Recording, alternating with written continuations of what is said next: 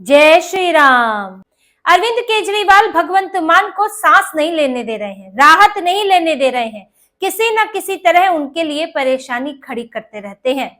पहले खुद आए, मनीष सिसोदिया पीछे लगा दिए और अब तो भगवंत मान की कुर्सी पर ही सीधे सीधे नजर है कि या तो कुर्सी से हटो, नहीं तो फिर तुम्हारी पावर कम करते हैं।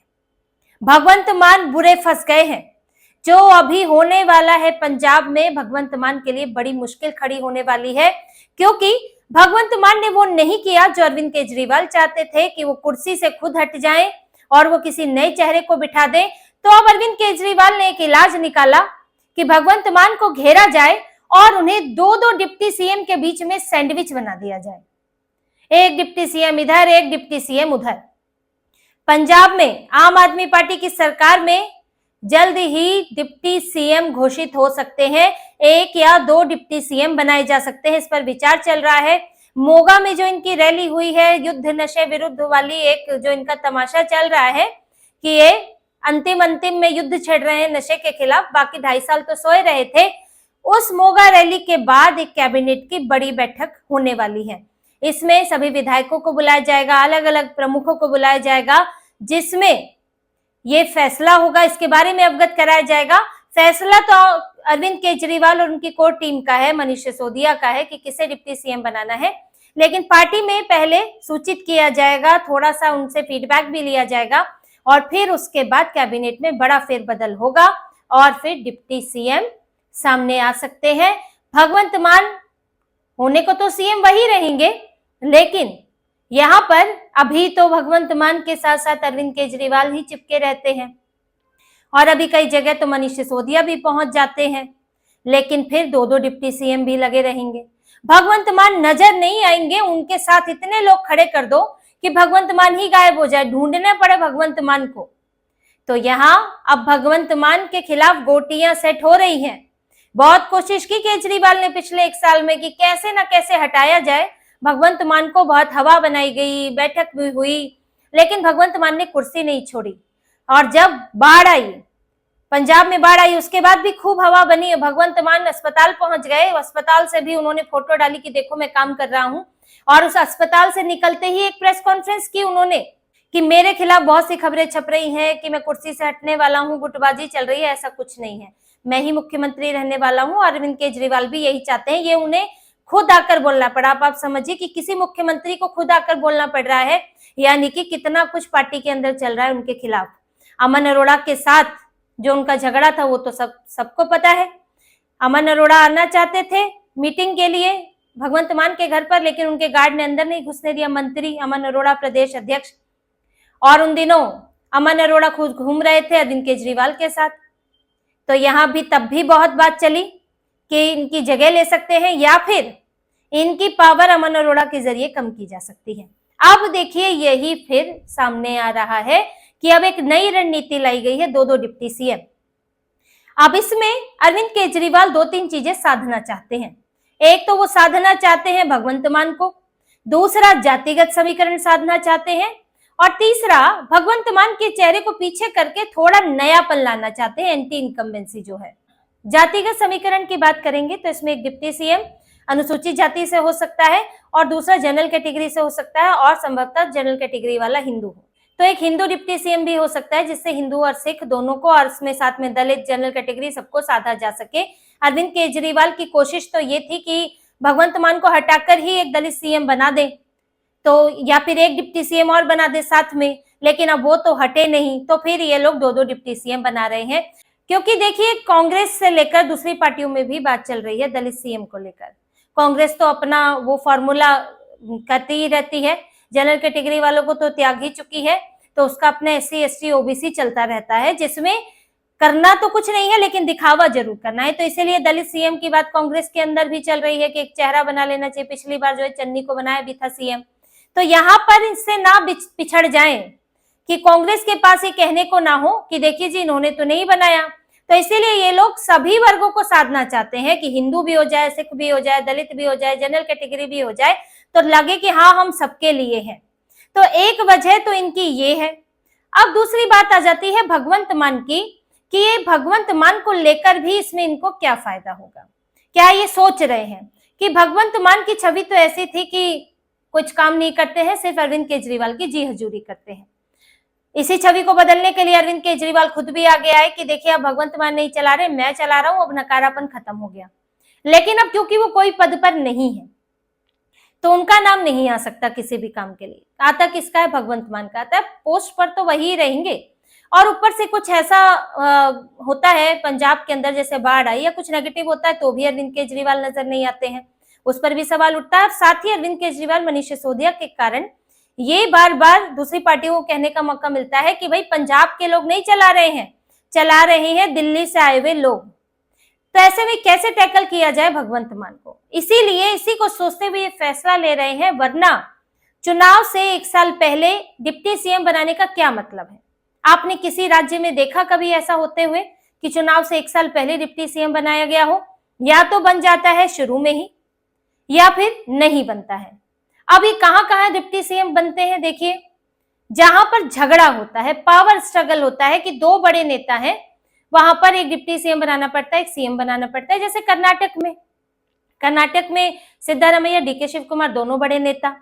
अब कांग्रेस को संतुलन साधना था तो चलिए वो हैं ओबीसी, सिद्धारमैया कांग्रेस की पॉलिटिक्स को सूट करते हैं तो उन्होंने सिद्धारमैया को बना दिया, आज डीके शिव कुमार को डिप्टी सीएम बना दिया। वो आज परेशान घूम रहे हैं सीएम बनने के लिए। अब महाराष्ट्र में डिप्टी सीएम है, वो क्यों है? क्योंकि वहां गठबंधन में 3 दल है तो सबको रिप्रेजेंटेशन देना है, 2 डिप्टी सीएम है वहां और 1 सीएम है। अब यहाँ यूपी की अगर बात करें, वहां डिप्टी सीएम है लेकिन वो शुरू से ही है, जब सरकार बनी तभी से बने और जातिगत समीकरणों को साधने के लिए भी बने हैं वहां पर, क्योंकि वहां का पूरा ढांचा भी उस तरह का रहता है और दूसरी पार्टियों का आपको उनसे टैकल करने के लिए इस तरह की रणनीति अपनानी पड़ती है और वो शुरू से उन्होंने बनाए हुए हैं डिप्टी सीएम। ओबीसी को नेतृत्व देना, डिप्टी सीएम बनाना, ये शुरू से हुआ है, अचानक से 1 साल पहले नहीं हुआ है। और किसी राज्य में जहां पर नेता एक ही है, जहां पर पार्टी बहुमत में है, वहां कहां आपको डिप्टी सीएम दिखता है?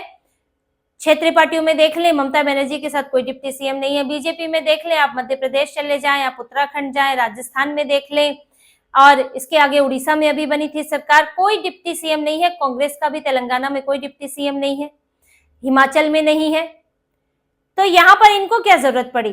पंजाब में ना तो कोई पावर टसल है जैसे कि कांग्रेस में चल रहा था कैप्टन अमरिंदर सिंह और सिद्धू के बीच में, ऐसा तो नहीं है।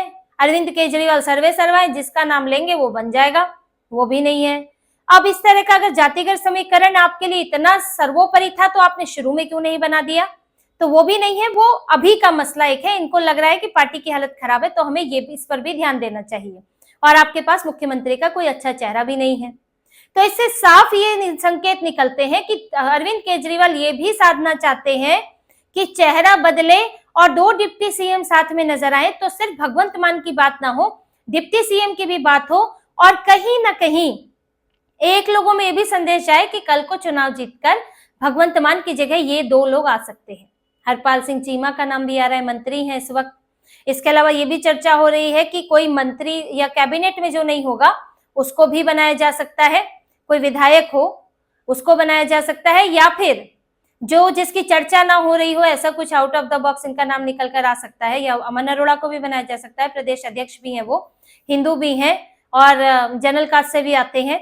तो इसमें कुछ नाम चल रहे हैं और भगवंत मान की टेंशन बढ़ी हुई है। इसीलिए देखिए, तबीयत खराब होने के बावजूद भी भगवंत मान मोगा रैली में आए। एक दिन पहले उनकी तबीयत खराब हो गई, उन्हें मोहाली में एडमिट कराया गया, उनका ब्लड प्रेशर बढ़ गया था। जैसे कि सितंबर में बाढ़ के दौरान उनकी तबीयत खराब हो गई थी, वैसे ही उसी तरह की दिक्कतें आई और एडमिट किया गया और पूरा ये कहा जा रहा था कि मोगा रैली में नहीं आएंगे। लेकिन भगवंत मान आनन फानन में जैसे तैसे मोगा रैली में पहुंचे। 3 से 4 घंटे का रास्ता है गाड़ी से, हेलीकॉप्टर से भी आए हो, क्या सुविधा है वहां पर, और उससे भी अब आपका इस तबीयत में आप हेलीकॉप्टर से जा सकते हैं नहीं, बहुत सारी चीजें हैं, लेकिन वो एक लंबा रास्ता है। फिर भी भगवंत मान आए और उसमें भी सीधे आपको रैली में जाना। रैली में जाने का मतलब है आपको वहां पर भाषण भी देना है, आपको वहां पर ऐसा नहीं दिखना है कि जैसे आप बीमार हैं, वो नींदे से हैं, थके हुए हैं, बिल्कुल एक्टिव भी दिखना है। तो भगवंत मान का प्रेशर आप समझिए, क्योंकि वहां पर अरविंद केजरीवाल थे, हरपाल सिंह चीमा थे, मनीष सिसोदिया थे भगवंत मान को कहीं ना कहीं लगा होगा कि मोगा रैली में वो युद्ध नशे विरुद्ध वाली रैली है और इसमें अगर मैं नहीं रहूंगा तो ये सारा क्रेडिट गया, सारा क्रेडिट ये लोग खा जाएंगे और मेरी चर्चा भी नहीं होगी और एक मैं बीमार बेकार मुख्यमंत्री के तौर पर लगूंगा। इसीलिए वो आए और उन्होंने अपनी प्रेजेंस वहां पर दिखाई। तो भगवंत मान पर जबरदस्त प्रेशर चल रहा है इस वक्त और भगवंत मान सिर्फ चुनाव के लिए नहीं है, यहाँ पार्टी के अंदर भी लड़ाई है उनकी और भयंकर गुटबाजी है इस वक्त आम आदमी पार्टी के अंदर। पंजाब में भगवंत मान का भी एक खेमा है, उनके भी कुछ करीबी लोग हैं, इसके अलावा दूसरे खेमे के भी लोग हैं, कुछ ऐसे गुट हैं जो कि ये मनमानी से, ये दिल्ली से आई हुई इनकी टोली की मनमानी से ये लोग परेशान है। तो कई गुट बने हुए हैं, कोई एक गुट नहीं है इनकी पार्टी के अंदर और सभी उबल रहे हैं, अभी उबल रहा है मामला। और देखिए चुनाव से पहले, जब चुनाव में 8-10 महीने बाकी होंगे उससे पहले विस्फोट होगा। जैसे कि कई कांग्रेस भी दावा करती है कि 32 विधायक हमारे संपर्क में है। अभी तो देखिए ऐसा कुछ नहीं होता है क्योंकि एंटी इनकम्बेंसी लग जाती है। जब 7-8 महीने बाकी हो तो उसमें, या 1 साल लगभग बाकी हो तो एंटी इनकम्बेंसी लगेगी भी तो क्या, आपकी विधायकी जाएगी 6 महीने 7 महीने के लिए, उससे कितना फर्क पड़ता है। तो इसीलिए इंतजार है सही मौके का कि अब चुनाव नजदीक आए, झटका दिया जाए, उस समय पर नेगोशिएट किया जाए, बार्गेन किया जाए इस आधार पर। दूसरी पार्टियों को भी जरूरत होती है तो आपके लिए दरवाजे खुले रहेंगे। तो इसके इंतजार में है, विस्फोट जरूर होगा, हंगामा चल रहा है, नाराजगी तो भगवंत मान को भी है लेकिन विकल्प नहीं है। अगर भगवंत मान के लिए बिल्कुल स्थितियां खत्म हो जाती हैं तो वो भी कोई फैसला ले सकते हैं, उनके समर्थक कोई फैसला ले सकते हैं। लेकिन फिलहाल जो हो रहा है आम आदमी पार्टी में, जिस तरह की मनमानी अरविंद केजरीवाल, मनीष सिसोदिया कर रहे हैं, उससे पार्टी के अंदर इस वक्त बड़ा गुस्सा, नाराजगी का माहौल है और इसका असर जो है इनके पार्टी के अंदर, बाहर तो ये जो भी सुधारते रहे, पार्टी के अंदर के हालात का असर इनके चुनाव पर पड़ने वाला है। तो इसी तरह की और खबरें और विश्लेषण आपके लिए लाते रहेंगे, हमसे जुड़े रहिए, सब्सक्राइब कीजिए, कमेंट कीजिए। बहुत बहुत धन्यवाद।